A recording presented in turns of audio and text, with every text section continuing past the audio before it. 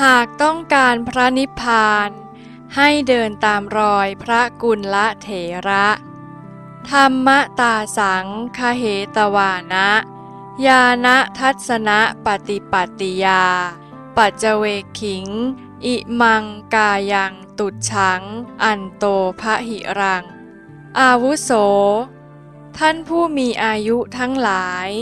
อหังข้าพเจ้าพระกุลเถระญาณทัศนะปฏิปัตติยาปฏิบัติโดยใช้สัมมาทิฏฐิและสัมมาสังกัปปะ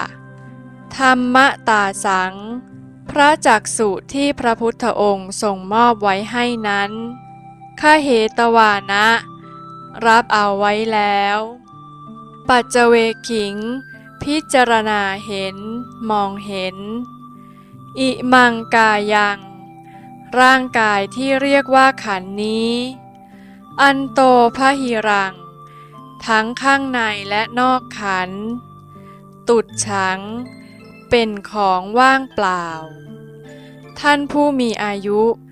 ข้าพเจ้าพระกุลเถระได้ใช้ตาปัญญาคือสัมมาทิฏฐิและสัมมาสังกัปปะทั้งสองที่พระพุทธเจ้าทรงมอบไว้ให้เฝ้าดูและพิจารณาลึกลงเข้าไปในขันธ์ห้าจนเห็นแต่ความว่างเปล่าไม่มีอะไรที่เป็นตัวตนเป็นอนัตตา